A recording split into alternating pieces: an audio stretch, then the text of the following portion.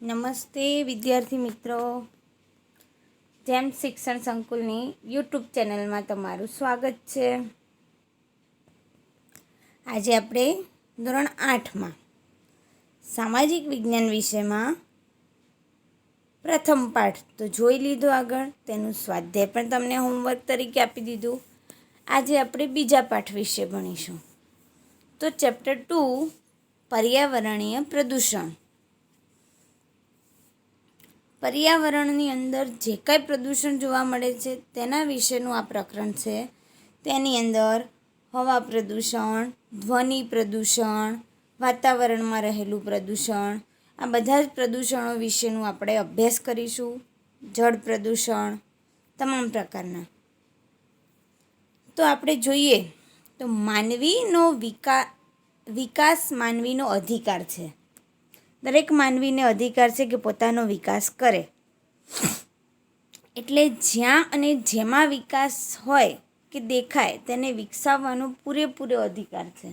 માણસને જ્યાં પોતાનો વિકાસ થતો દેખાય કે જ્યાં પોતે વિકાસ અહીંયા વિકસાવી શકશે પોતાને, તેવું તેને લાગે તે દરેક કાર્ય કરી શકે છે. કેમ કે દરેક માનવીને પોતાના વિકાસનો અધિકાર છે.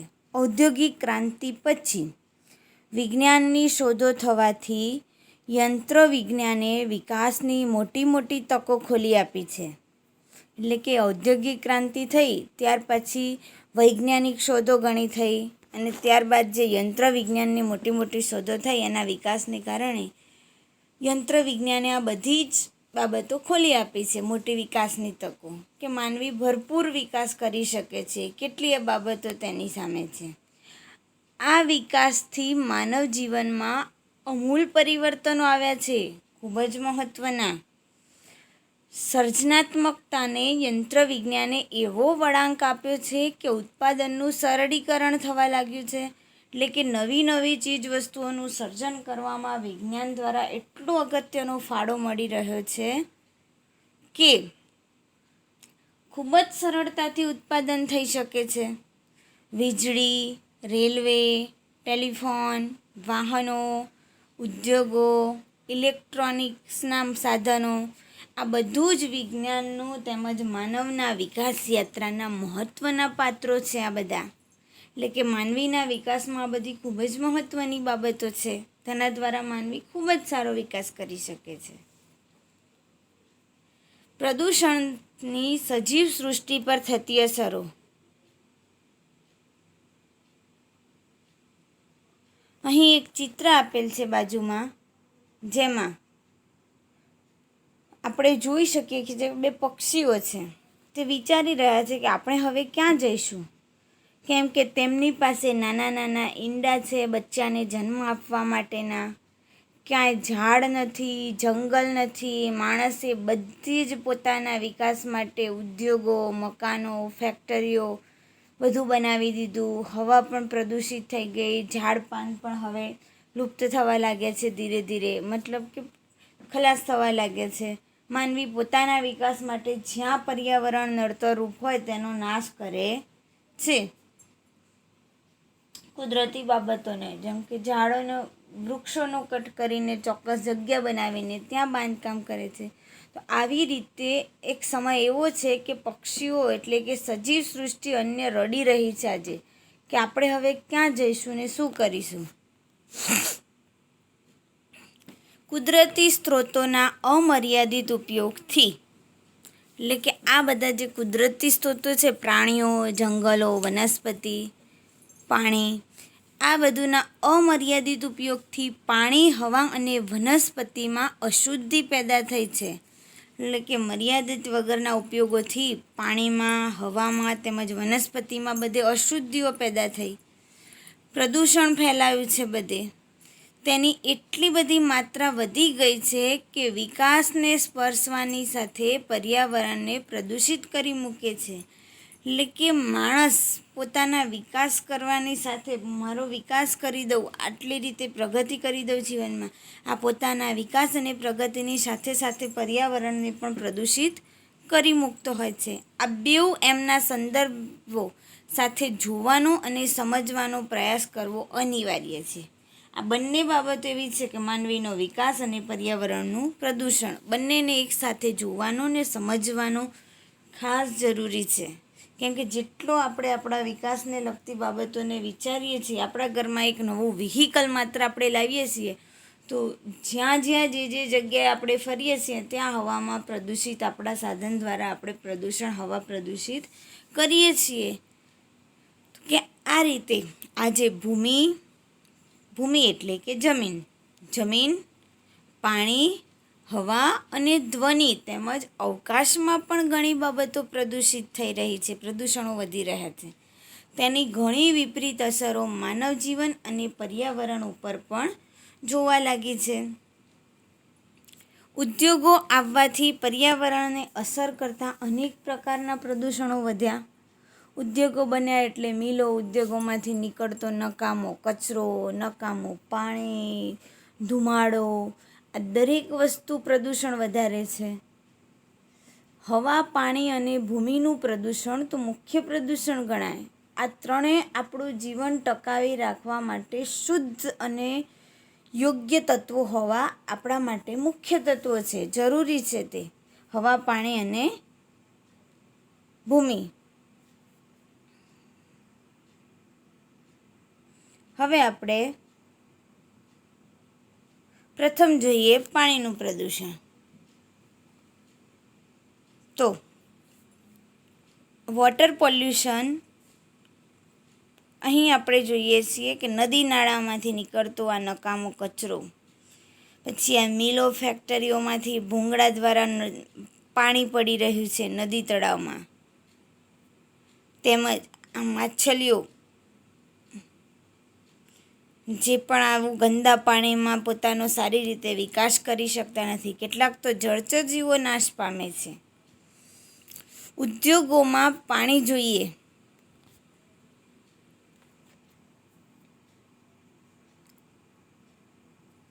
ઉદ્યોગોને પાણી જોઈએ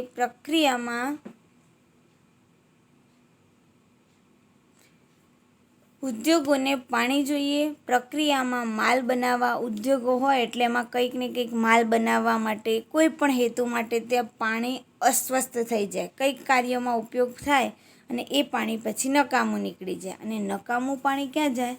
અને આ નકામું પાણી ઘણી નદી, નાળા કે ખુલ્લી જગ્યા ઉપર છોડી મૂકવામાં આવે, પછી એ નકામા પાણીનો ત્યાં નિકાલ કરવામાં આવે. આ કેમિકલવાળું ઉદ્યોગમાંથી નીકળેલું ગંદુ પાણી નદીના પાણીને પ્રદૂષિત કરે છે. કેમ કે છેવટે તો આ પાણી નદીના પાણીને જ મળવાનું. ઉદ્યોગોને કારણે છોડાયેલું આવું ગંદુ પાણી નદીના જળ પ્રવાહને દૂષિત કરે છે, કે જે નદી નાળામાંથી કુદરતી સજીવ સૃષ્ટિ જે પાણી મેળવે છે તેને દૂષિત કરે છે. વળી ક્યારેક તો જમીન ઉપર ખુલ્લામાં આ પાણી છોડી દેવામાં આવે છે અને એ ગંદુ પાણી જમીનમાં ઉતરે છે તો તે જમીન દૂષિત થાય છે. આ પાણી ભૂમિગત જળને પણ પ્રદૂષિત કરે છે. આજે શહેરીકરણ ખૂબ જ મોટા પાયે થયેલું છે. એટલે કે આજે ગામડાઓમાંથી લોકો શહેરો તરફ વધુ વળ્યા છે. શહેરોમાં ઉદ્યોગ, ધંધા, રોજગાર તેમને મળી રહે છે. શહેરની ગટરના પાણી પણ નદીઓ અને તળાવમાં છોડી દેવામાં આવે છે, જે પાણીના પ્રદૂષણની મોટી સમસ્યા ઊભી કરે છે. શહેરમાં પણ આ રીતે બધા પાણી નદી તળાવમાં ક્યાંક આવતું હોય એમાં છોડી દે છે વટે. અને આ રીતે પાણીના પ્રદૂષણની આજે સૌથી મોટી સમસ્યા છે. પાણી તો તમને અનેક જગ્યાએ જોવા મળશે, પણ શુદ્ધ અને ચોખ્ખું પાણી જલ્દી જોવા મળશે નહીં. આજે ઔદ્યોગિકીકરણના કારણે વરસાદના પાણી પણ પ્રદૂષિત બન્યા છે. ઔદ્યોગિકરણના કારણે આજે વરસાદનું જે પાણી આવી રહ્યું છે તે પણ દૂષિત બને છે. ઉદ્યોગોનો ધુમાડો, ગંધ, એમાં આ બધું વરસાદનું જે પાણી છે, વરસાદ રૂપે આવતું પાણી, એની સાથે આ ઉદ્યોગોનો ધુમાડો અને ગંધ ભળી જાય છે, જે વરસાદ રૂપે પડતા પાણીને પણ પ્રદૂષિત કરે છે, જેથી વરસાદ સ્વરૂપે આવતું પાણી પણ દૂષિત થયું છે. ઉદ્યોગો અને કારખાનામાં વપરાયેલું ગંદુ પાણી નદી, નાળા અને જમીન પર છોડી મૂકવામાં આવે છે. એટલે કે ઉદ્યોગો અને કારખાનામાં જે ગંદુ પાણી વપરાય તેને નદી નાળા અથવા જમીન પર છોડી દેવામાં આવે ત્યારે જળચર પ્રાણીઓ નાશ પામે છે. કે નદી નાળા અને જમીનમાં રહેતા જે જળચર પ્રાણીઓ છે, જે પાણીમાં રહેતા નાના નાના જીવજંતુઓ આ દૂષિત અને ગંદા કેમિકલયુક્ત પાણીથી પોતાનો જીવ ગુમાવે છે, એટલે કે મૃત્યુ પામે છે. જળચર પ્રાણીઓ કેટલાક નાના નાના માછલીઓ મરી જવાના પણ ઘણા કિસ્સાઓ આપણે જોયા છે. તેલ ગાળણથી સમુદ્રનું પાણી પ્રદૂષિત થાય છે. સમુદ્રની અંદર ઘણીવાર મોટા મોટા જહાજો દ્વારા કેમિકલ લઈ જવામાં આવતું હોય એક જગ્યાએથી બીજા દેશોમાં, જુદા જુદા સ્થળોમાં, તો ક્યાંક એમાં લીક થતું હોય તો એના કારણે પણ પાણી પ્રદૂષિત થાય છે. આવી અનેક રીતે પાણી પ્રદૂષિત થાય છે. આ જળ પ્રદૂષણથી કોલેરા, કમળો અને ઝાડા ઉલટી જેવા રોગો ફેલાય છે. પાણી પ્રદૂષિત થાય એટલે અનેક રોગો થાય. કોલેરો, કમળો અને ઝાડા ઉલટી જેવા રોગો તો ખાસ ફેલાય. કદાચ એટલે જ આપણે ત્યાં મુસાફરીમાં, ઓફિસમાં કે શાળાએ જતી વખતે બાળકોને આપણે બોટલ આપવી પડે છે કે પાણીની બોટલ ઘરેથી જ ભરીને જવીને તે જ પાણી પીવું. તમે પણ શાળામાં આવતી વખતે દરરોજ તમારા ઘરેથી બોટલ લઈને આવતા હતા. કેમ કે બીજે ક્યાંયથી આપણે પાણી પીએ છીએ તે પાણી સારું છે કે ગંદુ છે તેની આપણને કોઈ ખાતરી નથી. તેથી શુદ્ધ પાણી આપણને મળી રહે તેથી આપણે ઘરથી પાણી વાપરીએ છીએ લાવીને. આપણી ઘણી નદીઓ ગટર જેવી બની ગઈ છે. નદીઓમાં પાણી પણ ઘણું છે પણ ગટર જેવી નદીઓ છે. નદીઓના ગંદા પાણી ખેતીકામ માટે વપરાય છે અને આ જ નદીઓનું ગંદુ પાણી ખેતી કરવા માટે વપરાય છે. આને પરિણામે એ ખેતી દ્વારા જે પાક ઉત્પન્ન થાય છે એ ગંદા પાણીથી બનેલો પાક, ઘાસચારો તેમાં પણ પ્રદૂષક આવે છે. એટલે એ પણ ખાવું આપણા શરીર માટે હાનિકારક જ છે. આજકાલ આપણે અમદાવાદમાં જ આપણી બાજુમાંથી સ્કૂલની આગળ એક વેરો જાય છે. તે વેરા ઉપર આપણે જોઈ શકીએ છીએ કે કેટલું ગંદુ કાળું કાળું પાણી આપણે જોઈએ છીએ. જે પાણી આપણને કોઈ એમ કહે કે આ પાણી માટેનો વેરો છે, તેમાં આપણે પાણી પી શકીએ છીએ, તો આપણે પી શકીશું? ના, પીવાલાયક તો નહીં, પણ આપણા ઘરના કોઈ પણ બાબતના ઉપયોગમાં પણ આપણે આ પાણી લઈ શકતા નથી. અને જો એ ગંદુ પાણી કોઈ ખેતરમાં કે ક્યાંક તો કોઈ નદી કિનારે કે ક્યાંક તો ભળતું જ હશે ને આજુબાજુમાં થઈને, તો જ્યાં છેલ્લે ભળતું હશે ત્યાં જો એ પાણીમાંથી આપણે છોડ, શાકભાજી કે કંઈ વાવીએ તો પણ એ ગંદા પાણીના લીધે એ જે છોડનો વિકાસ થશે એ પણ કેવો થશે? પ્રદૂષણવાળો જ.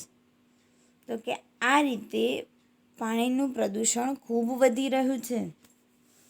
દરેક વર્ગની વ્યક્તિ કે રાજકારણી, ખેડૂત, ઉદ્યોગપતિ, શિક્ષિત વ્યક્તિ, કારીગર કે કર્મચારી પ્રજાના હિત વિરુદ્ધ જઈને ચેડા કરતા જરા પણ અચકાતા નથી. એટલે કે આજે સમાજમાં દરેક વ્યક્તિ જોઈએ, રાજકારણ જોઈએ, ખેડૂત કે ઉદ્યોગપતિ કે કોઈ પણ વ્યક્તિ, લોકોના હિતના વિરુદ્ધ થોડું પણ કાર્ય થાય તો કરી લેવાનું. આપણો વિકાસ થાય છે ને, આપણે પૈસા કમાવી શકીએ છીએ ને, વાંધો નહીં. પર્યાવરણ પ્રદૂષિત થાય, પાણી પ્રદૂષિત થાય, કચરો નકામો જાય કે જે થવું હોય થાય. ઉદ્યોગોના પાણીને શુદ્ધ કરીને નદી નાળામાં છોડવા જોઈએ. આ બધા ઉદ્યોગો માટે ચોક્કસ કડક નિયમો બનાવવા જોઈએ કે ઉદ્યોગોના પાણીને ચોક્કસ રીતે શુદ્ધ કરવું પહેલાં, પછી જ નદીમાં છોડવા. સરકારે ઉદ્યોગો ઉપર કડક નિયંત્રણ લાવવું જોઈએ અને પાણીનો વિવેકપૂર્વક ઉપયોગ કરવો તેમને સમજાવવો જોઈએ. હવે આપણે આપણી શાળામાં કે ગામમાં પાણીની જાળવણી કરવા માટે શું શું કરી શકીએ છીએ તેના વિશેના તમારે વિચારો કરવાના અને જે તમને સારા વિચારો આવે તેવા 5 વાક્યો તમારી નોટબુકમાં લખવાના. ત્યારબાદ હવે આપણે બીજું પ્રદૂષણ જોઈએ, હવાનું પ્રદૂષણ. હવામાં જેમ પાણી પ્રદૂષિત થાય છે તેમ પાણીની જેમ હવાના પ્રદૂષણની પણ જગતમાં બહુ મોટી સમસ્યા ઊભી થઈ છે કે હવાનું પણ પ્રદૂષણ વધ્યું છે. દરેક શહેરો, કેટલાક ગ્રામ્ય વિસ્તારોમાં ચોક્કસ પ્રકારના ઉદ્યોગો વિકાસ પામ્યા છે. આ ઉદ્યોગોમાંથી છોડવામાં આવતો ગેસ, ધુમાડો, આ બધું છેવટે હવામાં ભળે છે અને શું થાય છે? હવા પ્રદૂષિત થાય છે. બાજુમાં હવા પ્રદૂષણ દર્શાવતા 4 ચિત્રો આપ્યા છે. દરેક ચિત્રમાં તમે જોઈ શકો છો કે જે ધુમાડો ઉપર તમને નીકળતો જોવા મળે છે, ટ્રકમાંથી, કારમાંથી કે અવકાશમાં કે પાવર સ્ટેશનમાંથી, દરેકમાંથી જે ધુમાડા નીકળે છે તે દરેક ધુમાડા હવાને પ્રદૂષિત કરે છે. આજે ખનિજ તેલનો ઉપયોગ ખૂબ વધી ગયો છે, જેમ કે પેટ્રોલ, ડીઝલ, જેનાથી આપણા બધાના વાહનો ચાલે છે. જે વાહનો જેમ જેમ દોડતા જાય છે તેમ હવામાં ધુમાડો ફેલાવતા જાય છે. અને આ વાયુઓ, આ વાહનોમાંથી નીકળતા વાયુઓ, કયા વાયુઓ? તો નાઇટ્રસ ઓક્સાઇડ, કાર્બન મોનોક્સાઇડ, બેન્ઝાપાયરીન અને કાર્બન ડાયોક્સાઇડ, આવા બધા ઝેરી વાયુઓ હવામાં ભેળવે છે. જેથી હવામાં આ વાયુઓનું પ્રમાણ વધી ગયું છે ખૂબ, કેમ કે ઘણા બધા વાહનો પેટ્રોલ ડીઝલથી ચાલતા અત્યારે ચાલી રહ્યા છે. તો તેના કારણે હવામાં આ વાયુનું પ્રમાણ વધ્યું છે. આજે જંગલો પણ મોટા પ્રમાણમાં કાપવામાં આવે છે, તેથી પણ હવાનું પ્રદૂષણ વધી રહ્યું છે. કેમ કે વૃક્ષો હવાને ચોખ્ખી રાખે છે. જ્યાં વૃક્ષો હોય, વનસ્પતિ હોય, ગાર્ડન હોય, ત્યાં આપણને ખુલ્લી હવા, ખુલ્લા વાતાવરણમાં શુદ્ધ અને ચોખ્ખી હવા મળે છે. પરંતુ વૃક્ષો જો કાપવામાં આવે તો તે પણ પ્રદૂષણ વધી રહ્યું છે. વૃક્ષો અને વનસ્પતિ ઓછી થતાં હવામાં ધૂળના રજકણો ઉડીને ભળી જાય છે.